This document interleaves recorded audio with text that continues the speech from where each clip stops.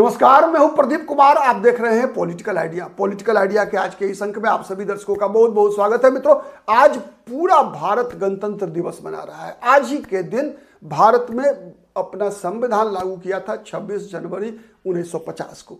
26 तारीख बहुत महत्वपूर्ण है भारत के इतिहास में।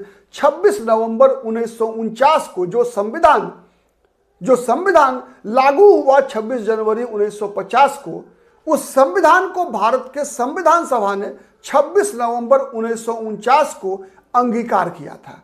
और ये 26 तारीख इसलिए भी महत्वपूर्ण है, आज हमारा वीडियो का जो टाइटल है उससे मिलता है कि 26 अगस्त 1941 को जमाते इस्लाम की स्थापना हुई थी। मित्रों, आज गणतंत्र दिवस है। भारत के आज के गणतंत्र दिवस के मौके पर आप सभी को बहुत बहुत शुभकामनाएं, बहुत बहुत हार्दिक बधाई। और आज हम ऊपर वाले से, भगवान से ये प्रार्थना करें कि भारत का संविधान कभी भी खतरे में नहीं आए। भारत में संविधान, चूंकि एक सभ्य समाज के लिए संविधान की आवश्यकता कितनी अधिक हो सकती है, दुनिया के उदाहरणों से समझा जा सकता है कि जहां कहीं भी भारत जैसा लोकतांत्रिक संविधान है, उन देशों को आप एक कैटेगरी में रखिए और दूसरी कैटेगरी में रखिए जहां पर कि कोई संविधान नाम की चीज नहीं है, जहां पर संविधान के बदले शरीयत से सरकारें चलती है। दोनों को आप अलग अलग, मतलब शरीयत मतलब इस्लाम का संविधान। तो भारत में कई राजनीतिक दल ऐसे हैं मित्रों, जिनके एक हाथ में भारत का संविधान है, दूसरे हाथ में जमाते इस्लाम का संविधान है। और आज भारत में आप गौर से देखेंगे अगर, तो कई राज्य ऐसे हैं जहां पर कि इसकी चर्चा होती है। और सबसे ज्यादा चर्चा कौन लोग करते हैं? वो लोग करते हैं जिनके हाथ में जमाते इस्लाम का संविधान है। मतलब शरीयत के आधार पर जो देश की राजनीति को देखने का प्रयास कर रहे हैं, वही लोग भारत के संविधान की आड़ लेने के लिए संविधान की केवल चर्चा करते हैं। लेकिन एक बात तय है, दुनिया में प्राकृतिक सत्य आप देख लीजिए, जैसे नेचुरल ट्रूथ होता है ना, कि सूरज पूरब में उगता है, sun rises in the east and it sets in the west. वैसे ही ये बात प्राकृतिक रूप से सत्य है। दुनिया के इतिहास को देखिए, आप वर्तमान में भी दुनिया की भूगोल को देखिए, वर्तमान को देखिए, वहीं केवल उस देश का संविधान सुरक्षित है जहां पर कि जमात का संविधान शरीयत के अनुसार शासन या शासन में आने वाले लोग उस स्थिति में नहीं है जो शरीयत को लागू कर सके। भारत में इस विषय को आज के दिन समझने के लिए हमें 3 राज्यों का उदाहरण देकर इसे समझना पड़ेगा। और उन 3 राज्यों के उदाहरण देने से पहले मैं आपको उदाहरण बताऊं कि जमाते इस्लाम की स्थापना होती है 26 अगस्त 1941 को। पहले जमात को जान लीजिए। क्यों होती है? इसलिए होती है कि भारत में उसका प्रचार प्रसार विस्तार किया जा सके। फिर यह जमाते इस्लाम बट जाती है जब भारत का विभाजन होता है, भारत और पाकिस्तान में। विभाजन के बाद 16 अप्रैल 1948 को 41 में इसकी स्थापना होती है लाहौर में। जमाते इस्लाम भारत हिंद की स्थापना होती है कब? 16 अप्रैल 1948 को। कहां? इलाहाबाद में। पहला लाहौर में 41 में, 48 में इलाहाबाद में। और आप कहेंगे कि लाहौर इलाहाबाद में संबंध क्या है? लाहौर इलाहाबाद में भी संबंध है मित्रों। लाहौर विभाजन के बाद चला गया पाकिस्तान के साथ, इलाहाबाद बच गया भारत के साथ। लेकिन संविधान सभा के लिए जो मतदान हुआ था, उस मतदान में मुस्लिम जो क्षेत्र थे उनसे कांग्रेस के उम्मीदवार नहीं जीते थे, मुस्लिम लीग के लोग जीते थे। भारत के संविधान सभा के लिए जो चुनाव हुआ था उसमें मुस्लिम लीग के प्रतिनिधि चुने गए थे। मतलब वो जो मतदान था वो पाकिस्तान के फेवर में किया था। किन लोगों ने? उत्तर प्रदेश और बिहार के लोगों ने भी। इसीलिए मुस्लिम लीग के उम्मीदवार बिहार उत्तर प्रदेश से भी चुनाव जीतने में कामयाब हुए थे। कांग्रेस पार्टी को हिंदुओं की पार्टी कही जाती थी। अब समझिए 3 राज्यों में जमाते इस्लाम की राजनीति के हिसाब से और कुछ चेहरों को। सबसे पहले 1948 में किसकी स्थापना होती है भारत में? बंटवारे के बाद जैसे जमाते इस्लाम की स्थापना होती है, वैसे ही इंडियन यूनियन मुस्लिम लीग की स्थापना होती है मित्रों। किसकी स्थापना होती है? इंडियन यूनियन मुस्लिम लीग की। आज केरल में जो यूडीएफ है, United democratic front, Congress party, जिसका हाथ मतलब इंडियन यूनियन आईयूएमएल के साथ है, उसकी भी स्थापना 1948 में होती है।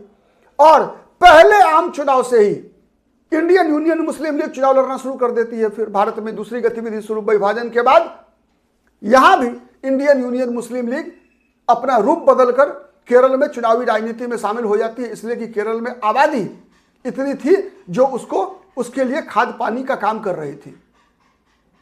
शुरुआत हो गई केरल में 1979 आते आते 1979 से 1977 के बाद कांग्रेस के साथ गठबंधन हो जाता है। मतलब कांग्रेस का हाथ जमात के साथ आ जाता है केरल में, आज तक है।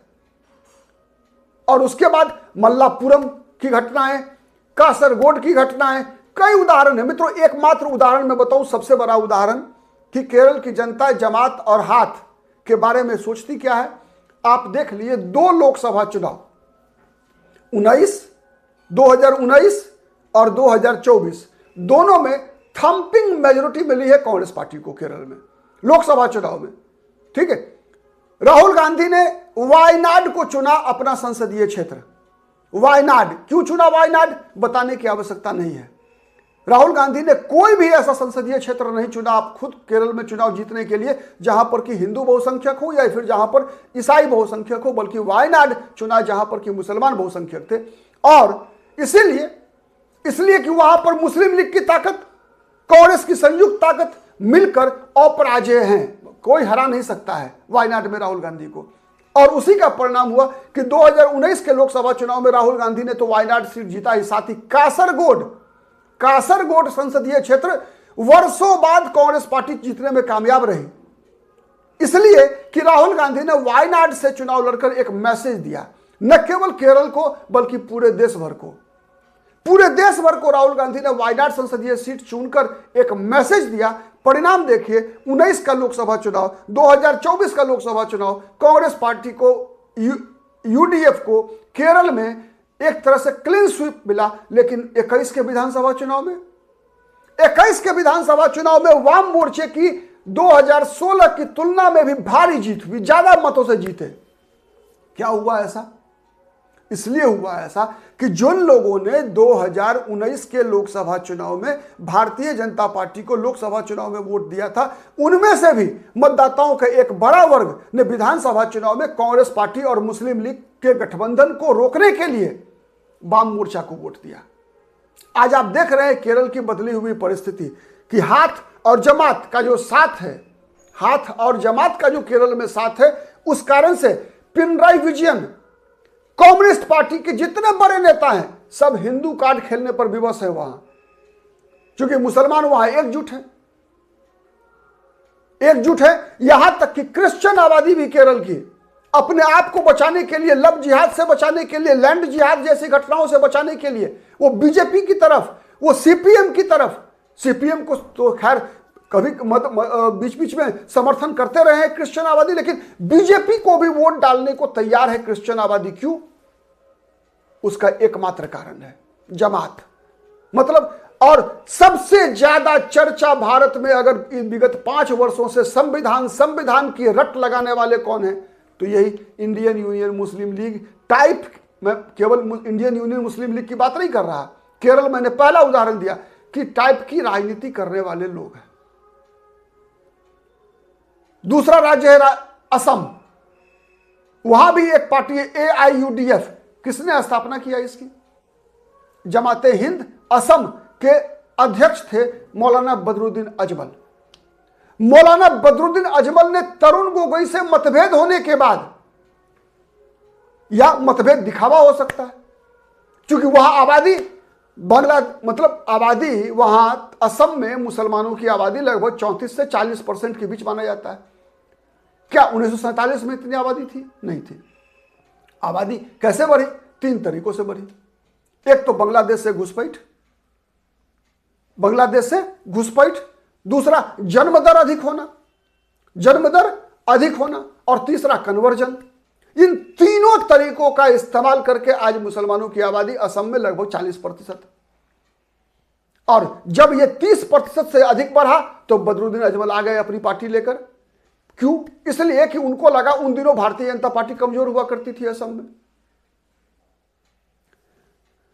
वहां लड़ाई किसके बीच होती थी? कांग्रेस, असम गण परिषद और कुछ छोटी छोटी जातीय पार्टियां। बोडो पीपुल्स फ्रंट, इस तरह की छोटी, असम गण परिषद के ही कई फैक्शंस थे। फूकन गुट अलग था, महंता गुट अलग था, ऐसे बटी हुई थी असम की राजनीति। बदरुद्दीन अजमल का कैलकुलेशन था क्या कि बहुकोणीय मल्टी कॉर्नर कंटेस्ट में AIUDF सरकार भी बना सकती है। इसी आशा से बदरुद्दीन अजमल ने पार्टी बनाई, लेकिन 2014 के बाद देश की स्थिति बदली। मोदी का उदय होने के बाद वहां ऐसा हो नहीं सका। अलग अलग चुनावों में, जैसे केरल में हिंदुओं ने वहां जो बीजेपी के समर्थक हिंदुओं ने भी वाम मोर्चे को वोट दिया, इसलिए कि जिससे कि वो इंडियन यूनियन मुस्लिम लीग को रोक सके। वैसे ही असम में पिछले लोकसभा चुनाव में जब वहां के मुसलमानों को लगा कि बीजेपी का मुकाबला AIUDF को वोट देना, वोट बर्बाद करना है, राहुल गांधी जीतेंगे, मोदी को रोकेंगे, देश के प्रधानमंत्री पद के लिए नरेंद्र मोदी को रोकने में केवल राहुल गांधी सक्षम है, इसीलिए बदरुद्दीन अजमल को वोट देने वाले मुसलमानों ने भी कांग्रेस को वोट दिया। परिणाम क्या हुआ देखिए कि धुबरी जैसे लोकसभा सीट पर कांग्रेस के उम्मीदवार, मतलब देश में इतिहास बनाया और हराया किसको? मत पाने में बदरुद्दीन ने धुबरी लोकसभा सीट पर कांग्रेस के उम्मीदवार ने एक विश्व रिकॉर्ड बनाया और हराया किसको? बदरुद्दीन अजमल को। बदरुद्दीन अजमल मतलब क्या? पार्टी नहीं, मतलब जमात की राजनीति के लिए चेहरा महत्वपूर्ण नहीं है। चेहरा महत्वपूर्ण नहीं है, मिशन महत्वपूर्ण है। मिशन क्या है जमाते इस्लामी का? बताने की आवश्यकता नहीं है, एक ही है, इस्लाम का प्रचार प्रसार विस्तार, चाहे जैसे भी हो। आइए उदाहरण एक और समझिए, बांग्लादेश के उदाहरण से समझिए। बांग्लादेश में विभाजन हुआ पाकिस्तान से 1971 में। विभाजन के दौरान जितनी भी घटनाएं घटी बांग्लादेश के अंदर, बांग्लादेश की जमाते इस्लाम पाकिस्तान की आर्मी के साथ रही। अपने बांग्लादेशी बांग्ला भाषी बंधुओं पर भी अत्याचार कराने में जमाते इस्लाम के लोग शामिल रहे। पाकिस्तान की सेना के जनरल टिक्का खान का साथ देते रहे। क्यों? इसलिए कि उनके लिए वो सेटबैक था। सेटबैक क्यों था? इसलिए कि पाकिस्तान की स्थापना धर्म के आधार पर हुई थी, बांग्लादेश का से विभाजन भाषा के आधार पर हो रही थी। वहां पर दूसरा कोई विभाजन है ही नहीं, केवल एक ही विभाजन है, विभाजन का आधार है केवल और केवल रिलीजन। केवल रिलीजन के अलावे कुछ नहीं है। जहां रिलीजन के अलावे कुछ नहीं है, वही भारत का संविधान के पास सेकुलरिज्म सबसे बड़ी ताकत है कि भारत का संविधान धर्म के आधार पर कोई भी किसी के साथ भी कोई भेदभाव नहीं करता। तो जहां एक तरफ केवल और केवल धर्म ही है, उसके आधार पर राष्ट्र को भी नहीं मानता। जब बांग्लादेश को नहीं मानता तो क्या वो भारत को मानेगा? सीधा सवाल है। जो बांग्लादेश के अस्तित्व को नहीं मानते धर्म के आधार पर, जो जमाते इस्लाम बांग्लादेश के अस्तित्व को स्वीकार नहीं करता, क्या वो भारत के अस्तित्व और भारत के संविधान को स्वीकार करेगा? सोच के देखिएगा आप, सीधा सीधा सवाल है। इत्तेहादुल मुसलमीन के नेता असदुद्दीन ओवैसी, इनके नेता इम्तियाज जलील हो, उनके भाई अकबरुद्दीन ओवैसी हो, और अभी अभी एक मोहतरमा मुंबई में वार्ड काउंसलर का चुनाव जीती है, कॉर्पोरेटर का चुनाव जीती है। क्या बोली? पूरा मुंबरा को हरा कर देंगे। अब इस प्रकार के बयान देने 15 मिनट में सेना हटा लो, पुलिस हटा लो, बात करने वाले लोग, ये लोग कितने देर संविधान को मानेंगे? केवल भारत को मत देखिए, पूरे दुनिया को देखिए, पूरे दुनिया का इतिहास को देखिए। और इनके साथ कौन है? इनके साथ कौन है? ओवैसी में एक नाम ले रहा हूं, केवल एक कैरेक्टर है ओवैसी। बदरुद्दीन अजमल के साथ कौन है? सबको संरक्षण किससे मिला है? क्या संरक्षण इस प्रकार की राजनीति से नहीं मिला है, जो वोट बैंक के आधार पर, धर्म के आधार पर राजनीति भारत में करने का प्रयास करते हैं?